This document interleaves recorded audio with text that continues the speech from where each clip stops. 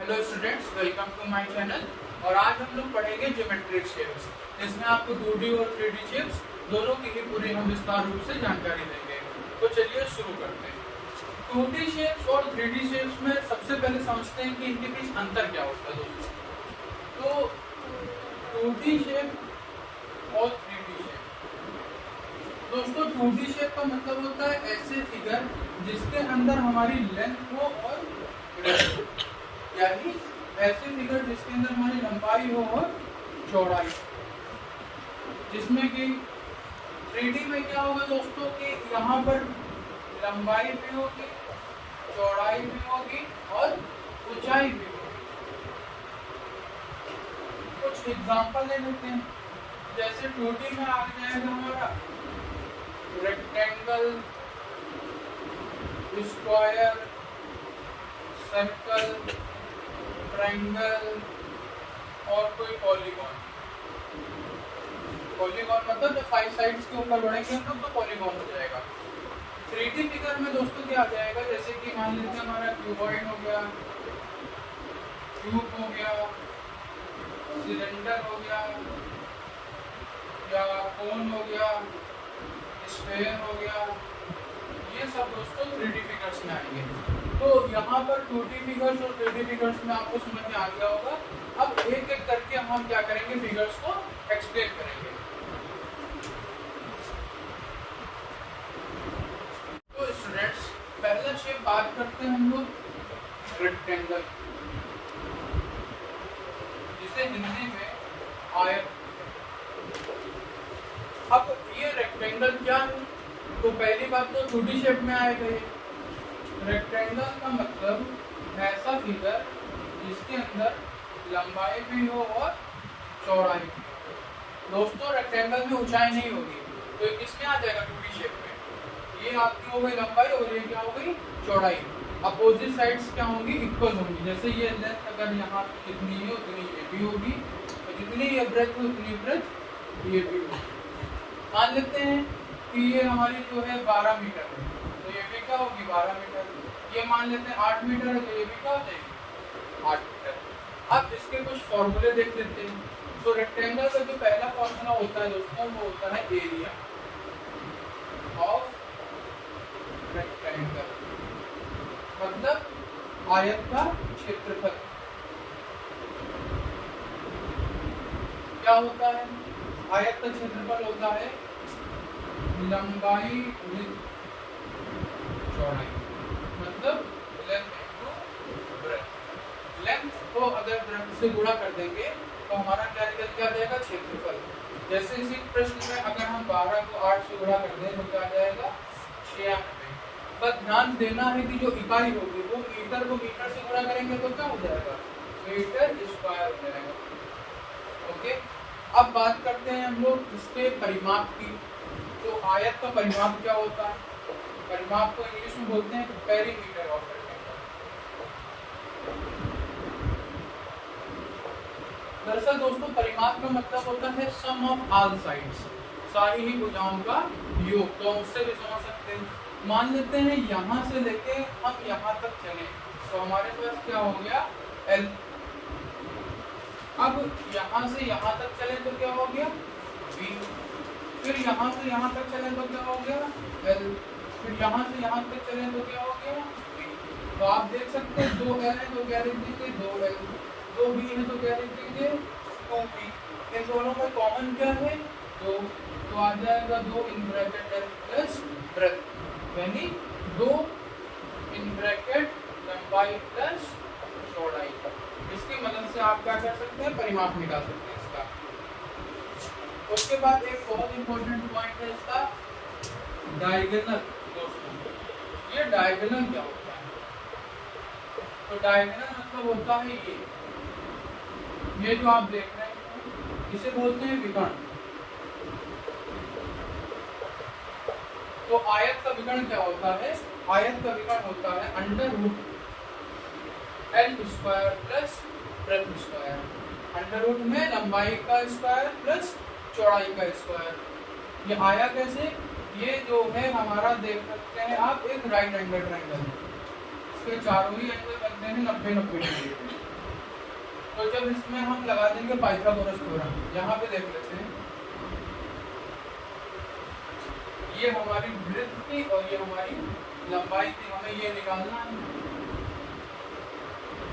तो ये कैसे निकालेंगे? तो इसके लिए क्या करेंगे हम लोग, पाइथागोरस प्रमेय के अनुसार अगर देखेंगे तो मान लेते हैं इसको कुछ देर के लिए एक्स स्क्वायर बराबर क्या होगा, लंबाई का स्क्वायर प्लस ब्रेड्थ का स्क्वायर, एक्स बराबर हो जाएगा रूट में L square plus breadth square. वही से दोस्तों ये क्या विकर्ण का सूत्र आ गया है। तो विकर्ण का सूत्र आपको समझ में आ गया होगा। अब बात करते हैं ट्रायंगल की। तो जो दूसरा फिगर आपका है वो है ट्रायंगल।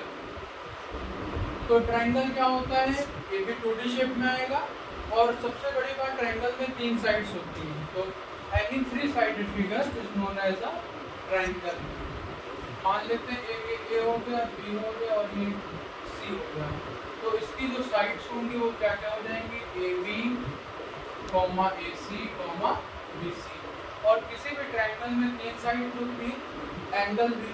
तो एंगल कौन कौन से हो जाएंगे इसके अंदर, angle A, angle B, angle C. अब बात करते हैं आपके पेपर के लिए। तो पेपर से इससे क्षेत्रफल और परिमाप से रिलेटेड प्रश्न आएंगे।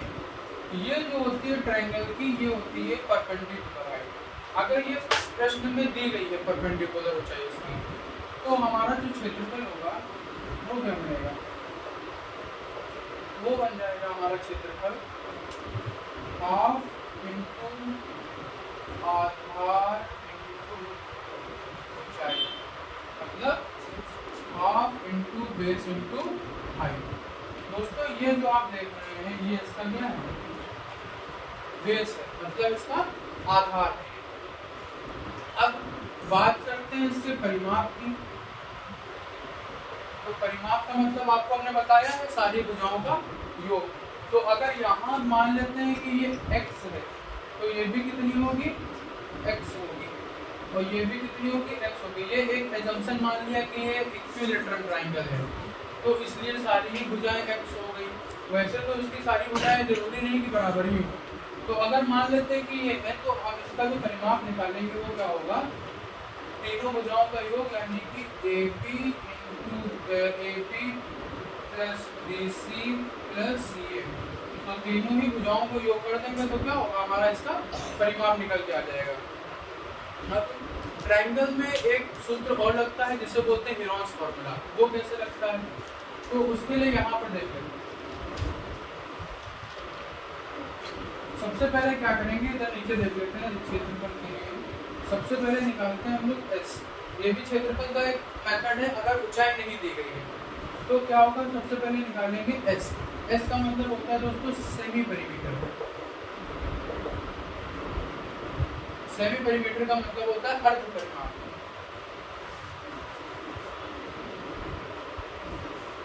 अर्ध परिमाप कैसे निकालेंगे, परिमाप को आधा कर देंगे। मान लेते हैं ये A है, ये B है और ये C है। तो पेरीमीटर के लिए क्या हो जाएगा, A plus B plus C upon 2। यहाँ से S आ जाएगा। अब हमको क्षेत्रफल निकालना होगा। तो क्या फॉर्मूला हो जाएगा, under root S in bracket S minus A S minus B S minus C। इस सूत्र को इस्तेमाल करके हम इसका ट्रायंगल का क्षेत्रफल निकाल सकते हैं। और इसमें और भी चीजें, परिमाप हो गया आपका, क्षेत्रफल हो गया। तीसरा जो आपका पॉइंट है दोस्तों वो है अब सर्कल। सर्कल का मतलब वृत्त।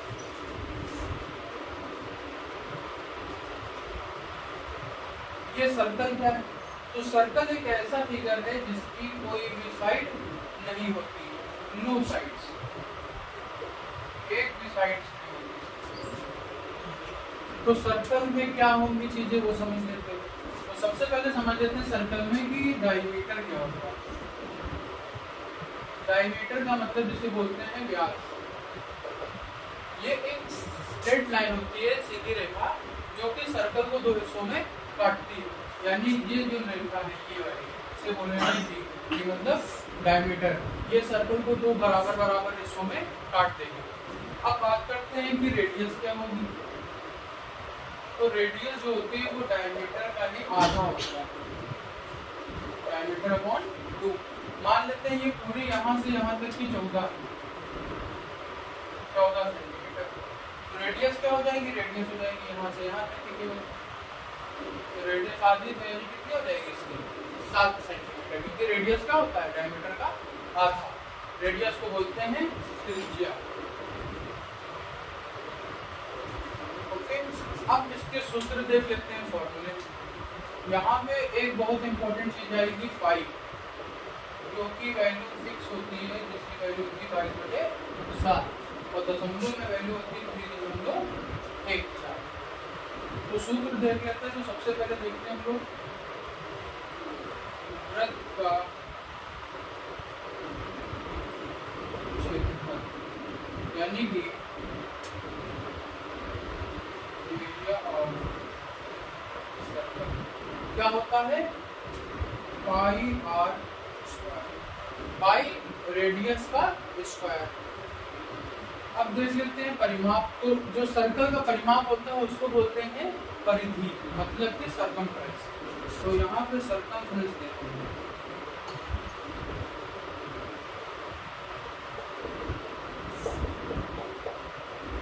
इसका सर्कमफ्रेंस कितना होता है, 2 pi into pi into R. ये सूत्र है कुछ जिनसे आप सर्कल के प्रश्न को सॉल्व कर सकते हैं। दोस्तों अब चौथा नंबर जो है आपका वो है स्क्वायर। स्क्वायर क्या होगा, टूटी शेप है, ऐसा फिगर जिसकी चारों ही भुजा आपस में बराबर होती है। Figure whose all sides are equal, मतलब स्क्वायर का फिगर बनेगा ऐसे। मान लेते हैं कि अगर ये 5 मीटर, ये भी 5 मीटर होगी, ये भी 5 मीटर होगी और ये भी 5 मीटर होगी, तो ऐसा फिगर जिसकी सारी भुजाएं आपस में क्या है, बराबर है, उसे बोलते हैं स्क्वायर। अब स्क्वायर के कुछ सूत्र देख लेते हैं। तो पहला आता है एरिया ऑफ स्क्वायर। स्क्वायर को बोलते हैं वर्ग। तो स्क्वायर का एरिया क्या होता है दोस्तों, साइड स्क्वायर, मतलब कि भुजा का स्क्वायर।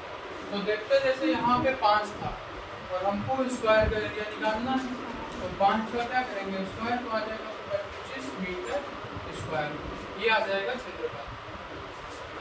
अब इसका वो देख लेते हैं पेरीमीटर।